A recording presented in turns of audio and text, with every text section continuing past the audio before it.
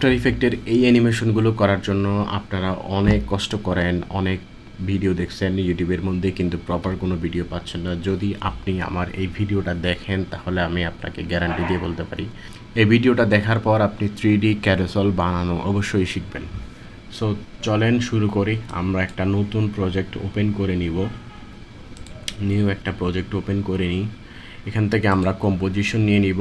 আমরা 2160 3480 পিক্সেলের একটা কম্পোজিশন নিয়ে নিলাম এবং এখান থেকে 10 সেকেন্ডের একটা ডিউরেশনের কম্পোজিশন নিয়ে নিলাম। এরপরে আমাদের যেই জিনিসগুলো দরকার সেটা এখানে নিয়ে আসব। আমি একটু ফাস্ট করে দিচ্ছি। ওকে, সো আমার ফাইলগুলো ইনপুট করা শেষ। আমি জাস্ট একটা একটা করে সাজিয়ে নিই।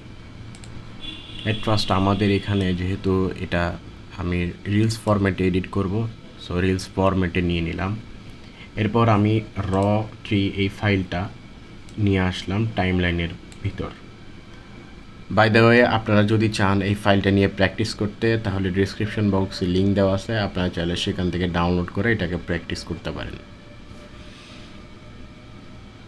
সো এখানে আমরা একটা দেখতে পাচ্ছি 2160 ইন্টু 3440 এই ফরম্যাটে আমরা একটা ভিডিও দেখতে পাচ্ছি।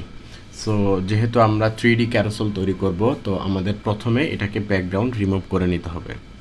আমরা ব্যাকগ্রাউন্ড রিমুভ করার জন্য যা যা জানি, আমি প্রথমে এটাকে ডুপ্লিকেট করে দিলাম। এটাকে আমি ডুপ্লিকেট করলাম অল্ট বাটন প্রেস করা অবস্থায়, কিবোর্ডের ডাউন বাটন প্রেস করে এটাকে আমি ডুপ্লিকেট করে নিলাম। আপনারা হয়তো জানেন যে আফটার ইফেক্টে যে ভিডিওটাকে আমরা ব্যাকগ্রাউন্ড রিমুভ করব ওইটাকে আমরা একদম উপরে রাখবো, এরপরে এর নিচে আরেকটা ডুপ্লিকেট লেয়ার রাখবো। সো প্রথমে আমি এই আফটার ইফেক্টের ফাইলটাকে নিয়ে এসে এটার লেয়ারের ভিতরে চলে যাব। এটার উপর লেয়ারের ভিতরে ঢোকার জন্য আমরা এটার উপর ডাবল ক্লিক করব। সো এখন দেখেন আমরা এখানে লেয়ারের ভিতরে চলে গেছি। এরপর আমরা এখান থেকে অবজেক্ট সিলেক্ট মাস্কে যাব। এরপর আমরা এখান থেকে অবজেক্ট মেটাল টুলটা নিব এবং যখনই আমরা সাবজেক্টের উপর কার্সরটা নিয়ে যাব তখন এটা অটোমেটিক্যালি ডিটেক্ট করে নেবে। আমরা জাস্ট মাউসের উপর একটা ক্লিক করব, এটা অটোমেটিক্যালি ডিটেক্ট করে নিছে। যদি ডিটেক্ট না করে তাহলে আমরা কন্ট্রোল প্রেস করে এটাকে আরেকটু বড় বা ছোট করে এই লাইনগুলোকে একটু ড্র করে দিব। সো যেহেতু আমাদের অটোমেটিক্যালি 100% ডিটেক্ট করে নিছে, আমাদের আর কোনো কিছু করার দরকার নেই। এরপর আমরা সোজা চলে যাব এখান থেকে ফ্রিজ বাটন যেটা আছে এটাতে একটা ক্লিক করব এবং এটা ফ্রিজিং হতে থাকবে। সো এই জিনিসটা নির্ভর করবে আপনার কম্পিউটারের র্যাম কীরকম, পারফরমেন্স কীরকম, এটার উপর ডিপেন্ড করে এটা সময় নেবে। আমারটাতে হয়ে যাচ্ছে, আমি একটু ফাস্ট ফরওয়ার্ড করে দিচ্ছি।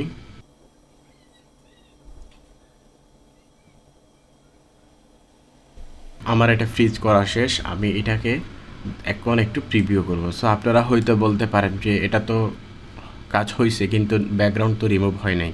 ব্যাকগ্রাউন্ডটা দেখার জন্য রিমুভ হয়েছে কি না আমরা এখান থেকে কম্পোজিশন কম্প 1-এ চলে গেলাম। এরপর আমি যে নিচের যে লেয়ারটা আছে এটার উপর একটু আই বাটনটা ক্লিক করলাম। দেখেন আমাদের প্রথমটা কিন্তু চলে গেল। প্রথম ভিডিওটার উপর যে ব্যাকগ্রাউন্ড ছিল ওই ব্যাকগ্রাউন্ডটা কিন্তু চলে গেল, খুবই পারফেক্টলি চলে গেল। ওকে, আমাদের প্রথম স্টেপ ডান, এখন দ্বিতীয় স্টেপ শুরু। সো অ্যাট ফার্স্ট আমাদের কিন্তু এখানে প্রথম যে ব্যাকগ্রাউন্ডটা আছে ওই ব্যাকগ্রাউন্ডটা কিন্তু রিমুভ করা শেষ। আমি যদি আপনাদেরকে একটু প্রিভিউ করে দেখাই, আমি এটাকে একটু অফ করে দিলাম। সো দেখা যাচ্ছে কি এটার ব্যাকগ্রাউন্ডটা কিন্তু নাই।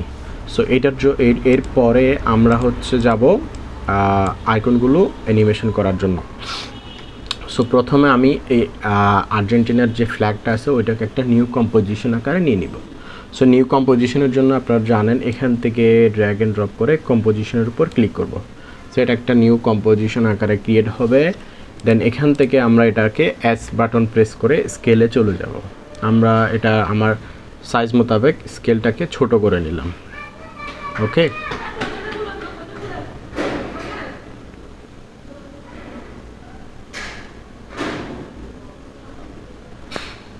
সো এটা আমরা সাইজ মোতাবেক একটু ছোট করে দিব। একটু সাইজ এবং অ্যালাইন করে নিব, দুই পাশে অ্যালাইন করে নিলাম অ্যান্ড দেন স্কেলটাকে ছোট করে নিব। এরপরে আমি এখান থেকে একটা রেক্ট্যাঙ্গেল টুল নিব, দেন টুলটা আমরা এখান থেকে একটা রেক্ট্যাঙ্গেল টুল নিব, দেন এটার স্ট্রোকটা ছোট একদম 0 করে দিব। সো রেক্ট্যাঙ্গেল টুলটাকে আমরা এখান থেকে একটু বড় করে সাইজ ড্র করব। ওকে, রেক্ট্যাঙ্গেল টুলটা ড্র করার পর আমরা এখান থেকে একটু নিচের দিকে চলে আসব প্রপার্টিস সেকশানে। এখান থেকে আমরা রাউন্ডনেসটাকে একটু বাড়িয়ে দিব যেন আমাদের এটা একটু রাউন্ড হয়। আমি এটাকে 53 বা 55-এর মতো 56-এর মতো রাখলাম। দেন এখান থেকে আমি শেপ লেয়ারটাকে এটার নিচে নামিয়ে দিব, ফ্ল্যাগটা নিচে নামিয়ে দিলাম। দেন এখান থেকে আমি যে ইমেজটা আছে ওই ইমেজটাকে যে ইমেজ যেটা আছে ওইটাকে আমি একটু এটার সাথে প্যারেন্টিং করে দিব। সো প্যারেন্টিং করার জন্য আমরা এখানে টগল সুইচে যাব, দেন এখান থেকে ট্র্যাক মেটে যাব, এরপর শেপ লেয়ার 1টাকে সিলেক্ট করে দিব। সো আমাদের কিন্তু এটা ওটার পিছনে চলে গেছে। এরপর আমি শেপ লেয়ার 1টাকে একটু ডুপ্লিকেট করব। সো ডুপ্লিকেট করলাম, এরপর আমি এখান থেকে শেপ লেয়ার 2 যেটা আছে সেটাকে একটু আই বাটনটা প্রেস করলাম, দেন এটা কিন্তু আমাদের অন হয়ে গেল। এরপর আমরা এখান থেকে এটার এস বাটন প্রেস করে সাইজটা একটু বড় বা ছোট করলাম। সো এতটুকু রাখা যায়। ওকে, এতটুকু নিয়ে নিলাম। দেন এখান থেকে সেই প্লেয়ারে গিয়ে আমরা ফিল কালারটাকে একদম নান করে দিব। দেন এখান থেকে আমরা যে স্ট্রোকটা দিব, তো এটা কিন্তু আমাদের বাইরের স্ট্রোকটা হবে। সো স্ট্রোকটার কালার আমরা এটাই রাখবো। দেন এখান থেকে আমরা এটা একটু বাড়িয়ে দেখব কত রাখা যায়। এটা আমরা 13 বা 13ই রাখতে পারি। So that's it. আমরা এতটুকুতে দেখলাম কি এটা অনেক সুন্দর আউটপুট দেখাচ্ছে। আরেকটু বাড়িয়ে দিই, 14টাকে 15 করে দিই। So that's it. এটা খুবই সুন্দর একটা আউটলুক বর্ডার দিচ্ছে। সো এইভাবে আমরা প্রত্যেকটাকে ডুপ্লিকেট করে করে এইভাবে আমরা প্রত্যেকটা ফ্ল্যাগকে এই সিস্টেমে সাজিয়ে নিব। সো এটা করার জন্য আমরা বারবার এটা করব না। দেন আমি একদম ইজি ওয়েতে ফ্ল্যাগ আর্জেন্টিনা যেটা আছে ওটাকে একদম ডুপ্লিকেট করব। এটাকে ডুপ্লিকেট করলাম, জাস্ট কপি অ্যান্ড পেস্ট করলাম। এরপর এখান থেকে ডাবল ক্লিক করব। সো এখান থেকে আমাদের যে ফ্ল্যাগটা আছে ওটাকে আমরা চেঞ্জ করে ব্রাজিলের ফ্ল্যাগটা দিয়ে দিলাম। সো এটাকে আমরা রিমুভ করে দিব। দেন এখান থেকে ব্রাজিলের ফ্ল্যাগটাকে নিয়ে আসব। এরপর আমরা এখান থেকে ট্র্যাক মেটে গিয়ে শেপ লেয়ার 1টাকে ট্র্যাক করে দিলাম। যদি আমাদের স্কেলটা একটু অনেক বেশি বড় দেখায় তাহলে আমরা এটাকে ছোট করে দিব, অ্যাডজাস্টমেন্ট করে দেবো। সো দ্যাটস ইট, আমাদের আর কোনো কিছু করা লাগবে না। সেমভাবে আমি বাকি দুটো ফ্ল্যাগকেও অ্যাডজাস্টমেন্ট করে বড় ছোট স্কেল করে নিব। একইভাবে আমরা এটাকে আবার ডুপ্লিকেট করলাম, অল্ট প্রেস করে। দেন এখানে ক্লিক করলাম, আরেকটা কম্পোজিশন তৈরি হলো এবং আমি আরেকটা ফ্ল্যাগকে নিয়ে এসে এটাকে চেঞ্জ করে দিব। সো এটাকে আমি ডিলিট করে দিলাম। দেন এই ফ্ল্যাগটাকে এখানে নিয়ে আসলাম। এরপর আমি এই ফ্ল্যাগটাকে একদম শেপ লেয়ার 1-এর সাথে লিঙ্ক করে দিলাম। দেন এরপর আমরা স্কেলে গিয়ে এটার সাইজটাকে একটু রিসাইজ করে নিলাম। That's it. এরপর আমরা সেমভাবে বাকিটাকেও নিয়ে নিলাম।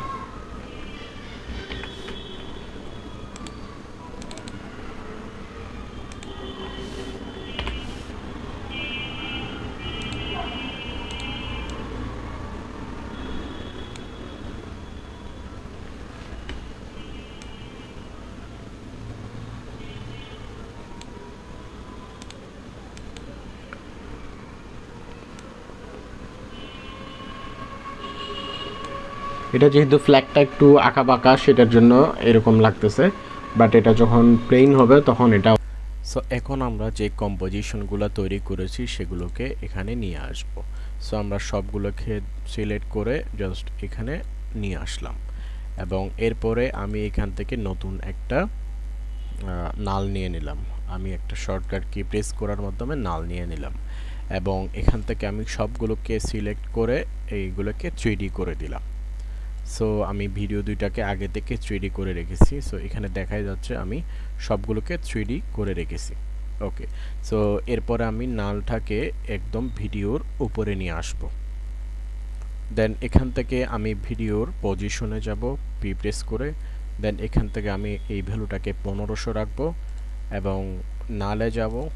নালে যাওয়ার পর যদি আপনারা দেখেন যে র 3 যেটা ফাইল অর্থাৎ ভিডিওর মেইন ফুটেজটা একটু বড় হয়ে যায়, একটু জুম আউট হয়ে যায়, তখন স্কেলটাকে একটু অ্যাডজাস্ট করে নেবেন। ওকে, সো এরপর আমরা নালের পিতে যাব।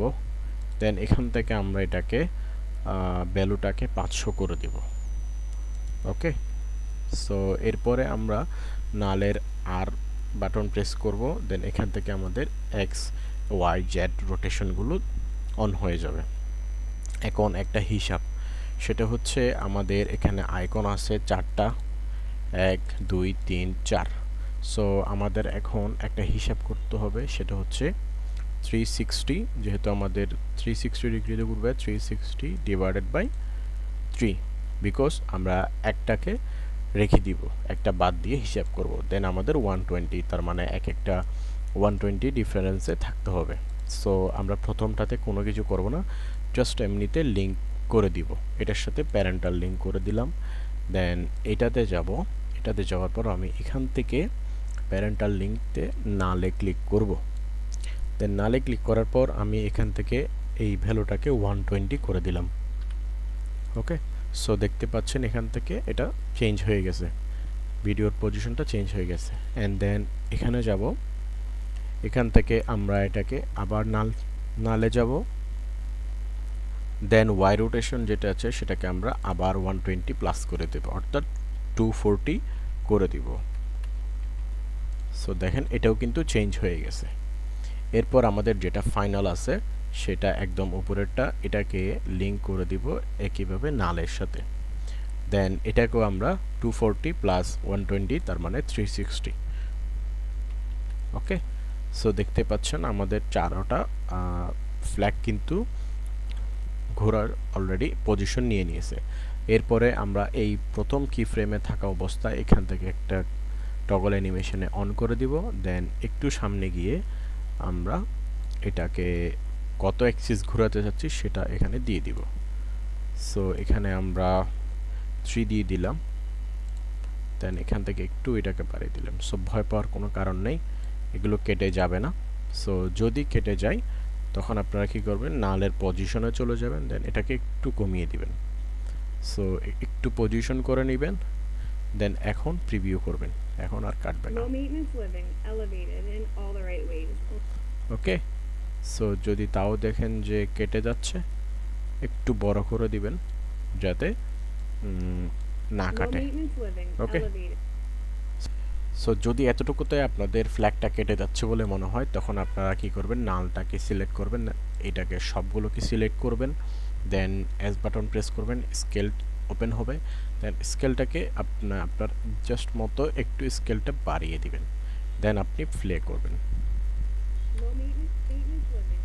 সো এক্ষেত্রে কোনো কাটার সম্ভাবনা নাই একদম। সো আপনি এগুলো আপনার মতো সাইজ অ্যাডজাস্ট করে নেবেন যেন না কাটে। ওকে, তো দ্যাটস ইট।